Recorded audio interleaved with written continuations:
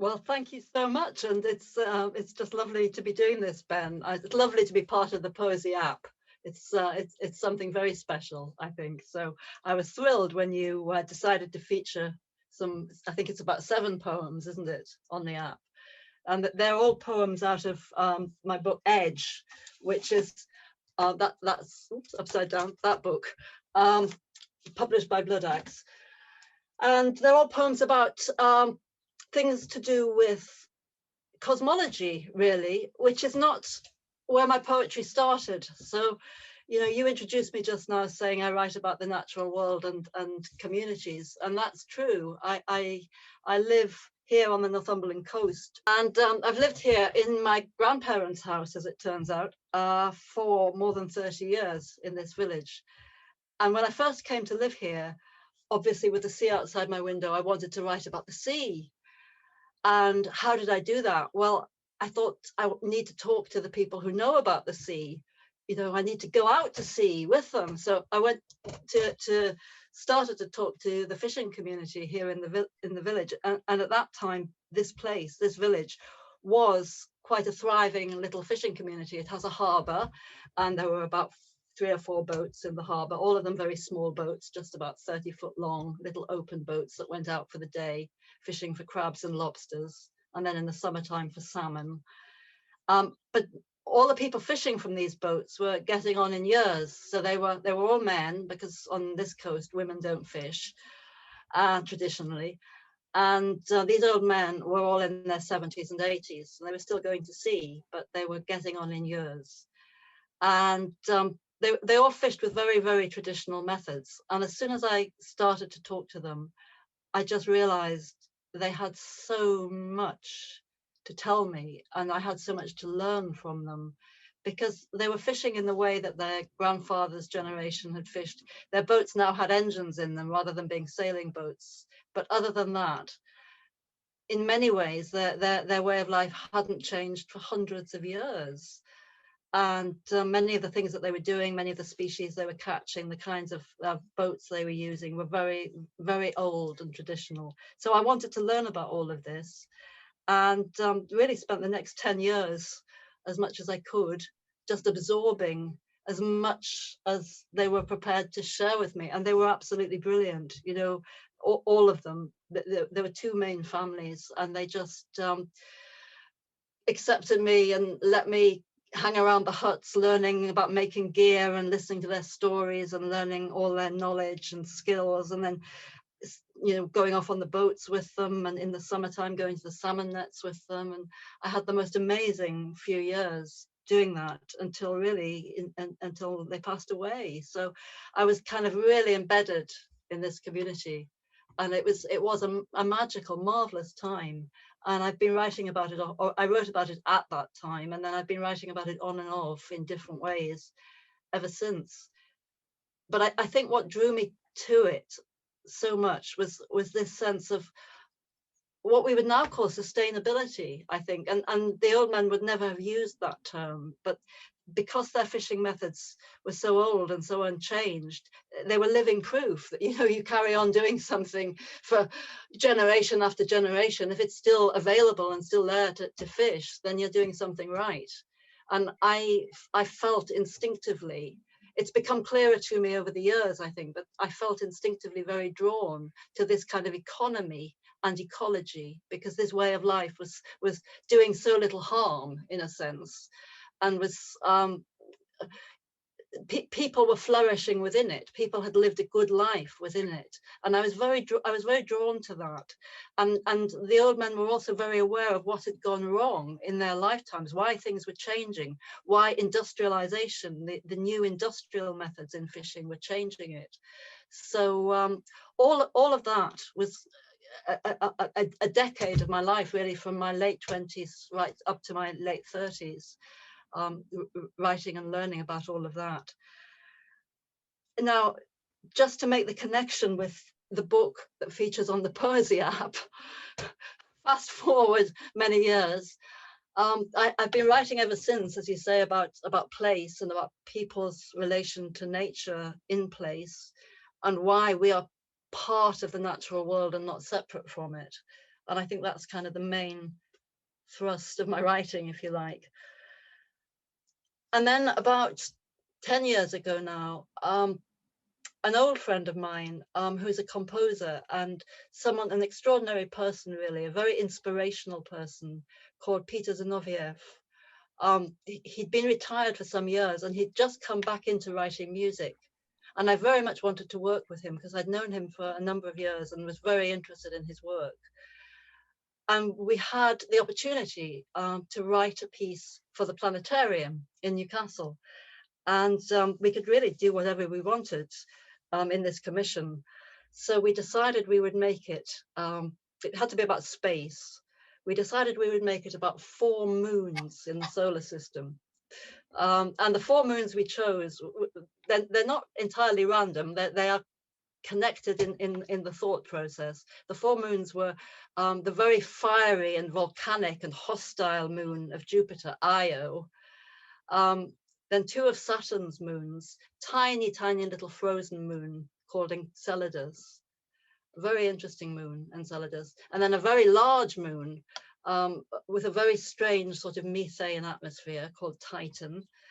And then the 4th moon, rather, in this series was our own moon, which, you know, you get to see rising full moon on the East Coast every month. So I feel very close to our moon and rather frightened of it now, having written that piece, but that's another story. So this piece, which we called Edge, was a performance piece for the planetarium with Peter's music and my words. And it was the first in a series of planetarium poems which we wrote, which ended up, first of all, in this book, Edge, and then on the Poesie app. Now, just to finish off this little segment, what connects writing about fishermen, writing about the extremely local, the extremely traditional, very, if you like, you might say backward looking world that I've been writing about and telling you about, what connects that with this world of space, which relies on, you know, the most up-to-date scientific technology? You know, we've landed a space probe on Saturn's moon Titan. You know, extraordinary that we've done this. You know, it's really cutting-edge technology. So what connects the two things? And I think for me, it's all about scale and perspective. I'm very interested in the very small and the very local and where the human belongs on this planet. And if you put this planet in the perspective of the solar system and you see it from outer space, if you look at it from our moon, as the first astronauts did, you know, you begin to see, you see where we belong on it. We see how fragile it is in space. You see how unique it is in space. You see how entirely miraculous it is that we are here on this planet at all as living, conscious beings. It's an absolute miracle. And so the two things for me, these two very different aspects of my work, are not at all disconnected. They're completely connected, but they're connected through this matter of scale and perspective. So that's a very long spiel, but it's really just to try to introduce my work and then to give you, Ben, some background that you can then ask me some questions.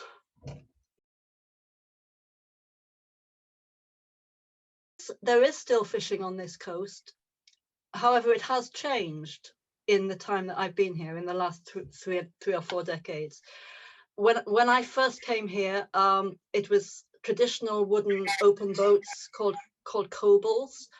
They were very prevalent on the coast. Nowadays, you would find mostly fiberglass or metal vessels, not locally built. They're kind of ubiquitous small fishing boats that you find everywhere, including on the west coast of the United States. I've seen them there. So that particularity and the locality of the vessel that's used to fish has changed. The kind of fishing has changed a bit. It had already changed by the time I came to it, because the kind of fishing which had been the backbone of the fishing on this coast really for hundreds and hundreds of years came to an end at the end of the Second World War. And that was long line fishing. That was fishing for whitefish such as cod and haddock. And it really was economically important to the people who did it. But after the Second World War, new methods came in. Small trawlers started to fish on the coast. Now, trawling lasted here really only about 3 decades. It really didn't. It really didn't work here for complicated reasons. It wasn't so much the small trawlers that we had, which were just day boats in this area. They didn't do much damage, but much bigger boats from elsewhere that came and fished off the shore here did a lot of damage, because trawling is, unlike line fishing, trawling is something which is, you know, a much less sustainable method of fishing. So so that came and went. Trawling came and went here very quickly, although it's carried on from bigger ports. But the big picture is really that all over Britain, all over England anyway, all over the English coast, not so much in Scotland, but on the English coast, bigger boats have pushed out smaller boats. Really, bigger communities have been more successful, and the very small sort of artisan fisherman has found it harder and harder to make a living. But the reasons for all of this are very complicated. Our involvement in the European Union, which we have just left, plays a role in all of this. I don't really want to go into all of that because it's so complicated, but there's been an awful lot of regulation to try to prevent overfishing. And of course, the kind of fishing that you had here from these very small boats didn't do any overfishing, but they were very affected by regulations and over-regulation and by all of this. So to cut a long story short, there is still some small boat fishing on this coast, but it's mainly just for crabs and lobsters. They've only just banned salmon netting on the coast. Salmon netting has gone on here for a very long time, but it's now been banned because the Atlantic salmon is also endangered. So that's another species which has suffered in other ways.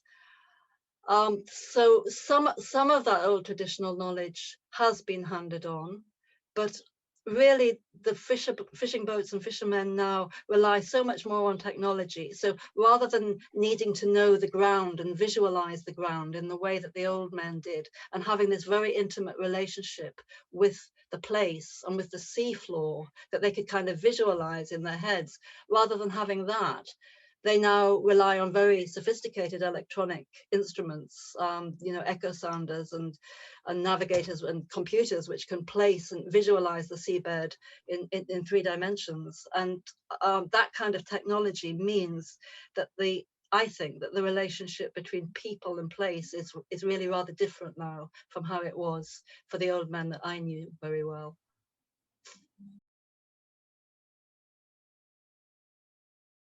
Wow, that's a very good and deep question. And, you know, I hang my head really, because I don't think I've got a good answer for that.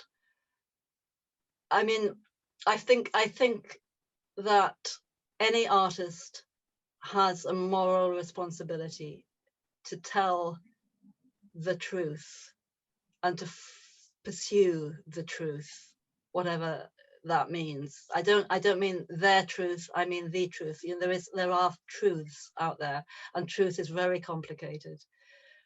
And I think we have a responsibility to that truth, and to try to, as I say, to engage with it and to explore it and make it accessible to others.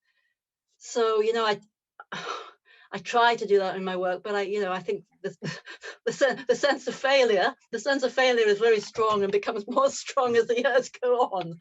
So I don't feel that you know, any great pride in having furthered the cause of making people more aware of place, or more aware of nature, or more aware of their their individual responsibility. I don't think. And in my own life, how do I live it? Well, you know, I have a car.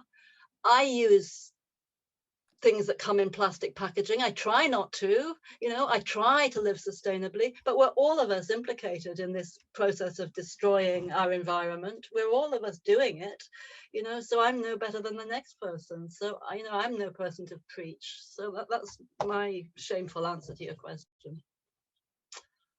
How about this though? I think in the end, it's not a didactic thing, Ben. I think it's about I think it's about helping people find the joy. You know, being alive is just the most extraordinary thing, and we are so lucky to be here and to be conscious. As I said earlier, you know, we don't know of any other creature in the whole of the universe that has what we have. There may be some, we don't know, but we have it. And to have that and to recognize it, I think, you know, it's completely inspirational. I've approached science as someone of you know, great and unfathomable ignorance. I didn't know anything about science, and I came to science and tried to learn about it. And what little I have been able to learn and understand, I've wanted to pass on in order for people to be inspired and for people to feel, just to spread this feeling of awe and wonder that we're alive in this universe, because it is extraordinary. The universe is extraordinary, our planet is extraordinary, and our place on it is extraordinary. And I really, really hope that I can help people feel that.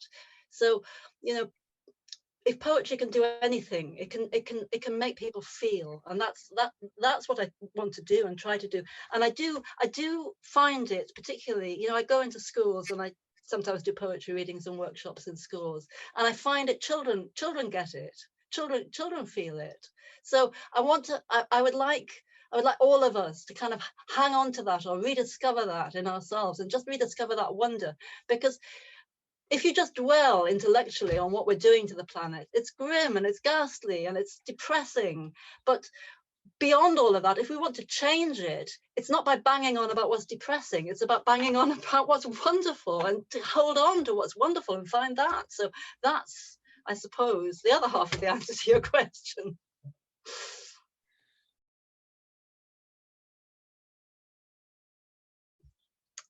Various uncertainties. 2. Forget, warm body. Forget the loud seas boom and shudder. Forget strong weather, gust after gust. You are only rumors, something broadcast on a channel almost nobody listens to. It is elsewhere, the party, the ghostly immaterial numbers dancing all night in the mirrored ballroom, or gazing, transfixed at their own beauty.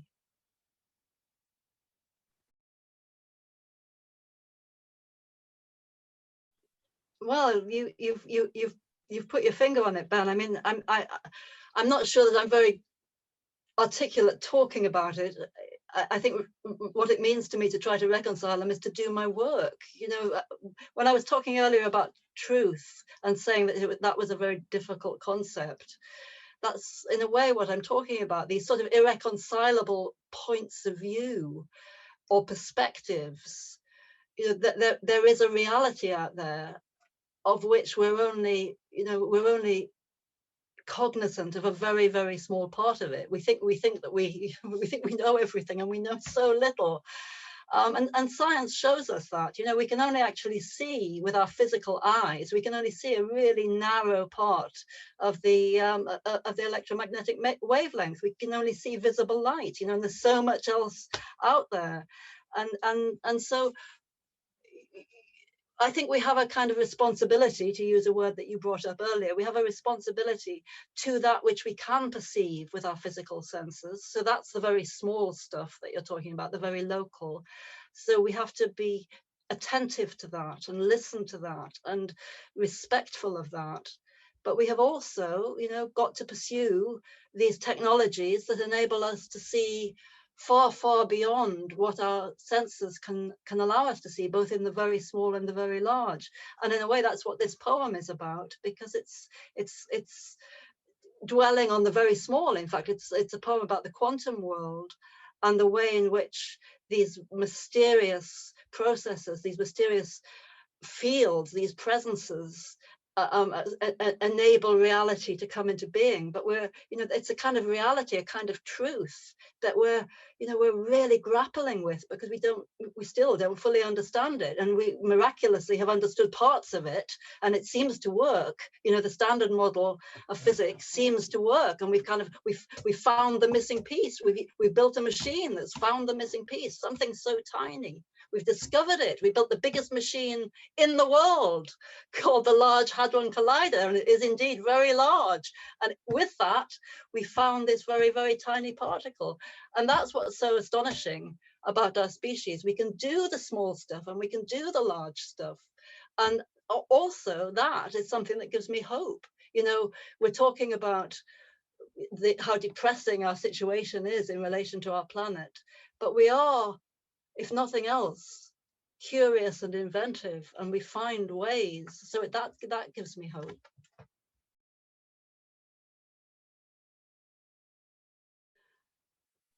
Okay, well, the good part of it is that after the first piece that Peter and I made for the planetarium, I then worked with a fantastic outfit at Northumbria University called New STEM. And the whole point of New STEM is Northumbria University is taking the STEM subjects, so science, technology, mathematics, taking those subjects into schools and encouraging children to, and particularly girls actually, to find out about them and to pursue careers in those subjects. And part of that was they wanted to use the arts to explore those things, because not all girls wanted to learn straight away about science. So if we used poetry or if we used the visual arts to approach these subjects, it might get some students more interested in them. So that part, that came from the science community within Northumbria University, and it was fantastic. And they're still doing that work. I've now done 2 projects with them, and they've been absolutely great. Working actually with scientists, however, has been more mixed. Some scientists are very open to working with artists and very happy to have conversations like this one, really, and very happy for me to be completely ignorant and just to absorb what they're talking about and to try to learn, and they're patient with that. Some of them have been great with that. Others don't have so much sense of an exchange, I think, is the way to put it. I think some scientists are so wrapped up in their subject and in their own pursuit of truth and their own definition of that truth, that they find it hard to imagine how poetry can be an alternative way of exploring a truth. They think of it as a very, very second or third or 10th hand way of doing it. And I don't think that's entirely fair, because I think that the imagination and metaphor and narrative and many of the things that poetry uses, including a kind of an unusual thing that I think poetry alone has, which is a kind of multi-dimensionality, which allows you to hold many different and conflicting truths in your mind at the same time. I think poetry is very, very good at that. And that element of imagination and complexity, which poetry kind of defines poetry, I think is also part of science. And I think New STEM recognizes that. But I don't think all scientists recognize that. And that's something that I would like to have more conversation with scientists about. Because it's there. It's absolutely, imagination is absolutely key to science.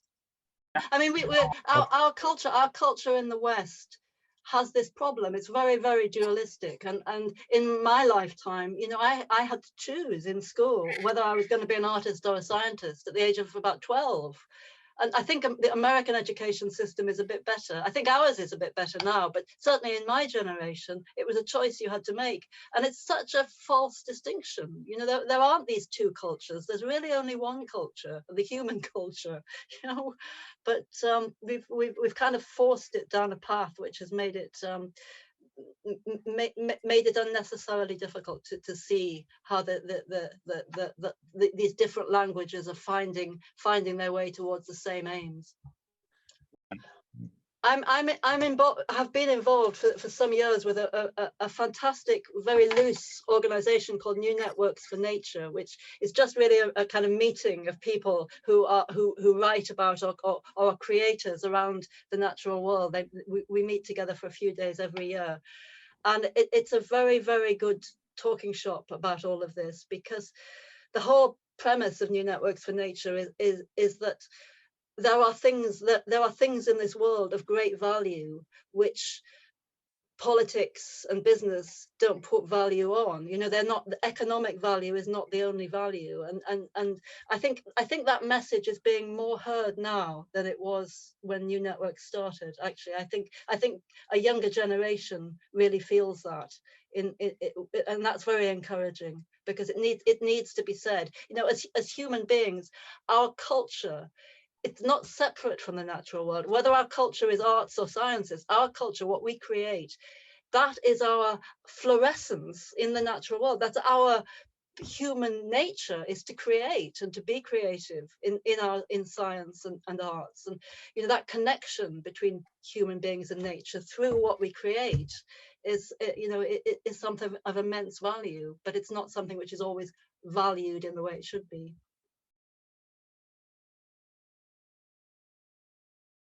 Well, I was born in Scotland, in Aberdeen, and lived there for 7 years. And I have lots of very early memories and happy memories of Aberdeen. Aberdeen's a big fishing place. But my parents were both medical, and they both came from the northeast of England.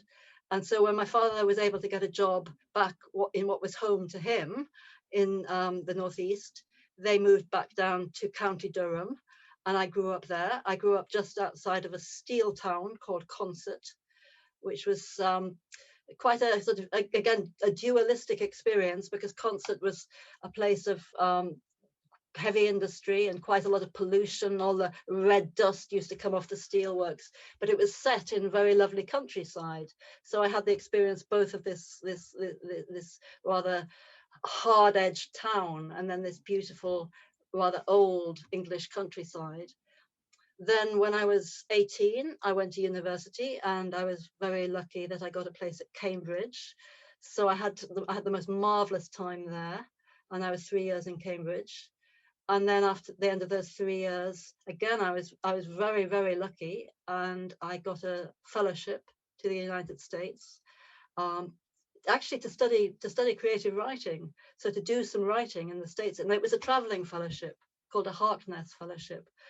So I could choose where I was going to live in the States. And I spent my first year in the Bay Area in California at Berkeley, which I absolutely loved. If I had to live anywhere else in the world, I would love to go back to the Bay Area. Just loved it. And then my second year was on the East Coast in Boston at Harvard. And then I came back in 1984 to England, and I began a kind of academic career. And I knew straight away that it was a mistake, because although I was very academic by nature, I was doing history, that was my subject. It wasn't the right life for me, and I felt it very difficult to reconcile that kind of very disciplined study with the creative life, really. So I was there trying to do that for 2 years, and then my grandmother sadly died, and my parents wanted to keep her house here on the coast. They wanted, you know, to be able to spend their holidays here. So I begged them to let me come and live here, and to try to make a go of it as a writer. And I've been trying to make a go of it as a writer ever since. You know, responsibility is something that's cropped up a lot in this talk. And I do feel a sense of responsibility to give something back, because I've been given a great deal in life. I've been given a lot. So I want to, you know, I want to pass that on.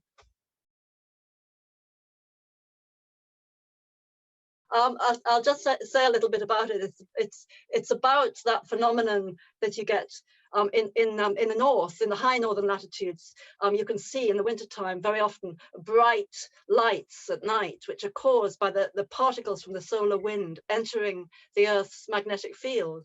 And of course, it's the Earth's magnetic field that makes it possible to have life on Earth, because that field deflects a lot of the harmful particles that come from the sun. So the aurora is both a very, very beautiful thing, and it's also something which is the visible manifestation of what's protecting us. So it's fabulous. And here where I live, we're right on the edge. Sometimes you can see them further south, they're more apparent further north, but sometimes you get them here really brightly. And I have seen them so brightly here that they kind of create these ribbons crossing overhead at night. And this is a poem about that, Aurora. Sometimes in the high latitudes, the whole night writhes in its prison. Green sheets thrash and twist in an unknown wind. Wild rivers making for elsewhere in the dark. Particle, wave, in ever-changing torrents, caged and volatile, the invisible meeting itself in disguise, arrives a light to remind Earth of its own incalculable strangeness.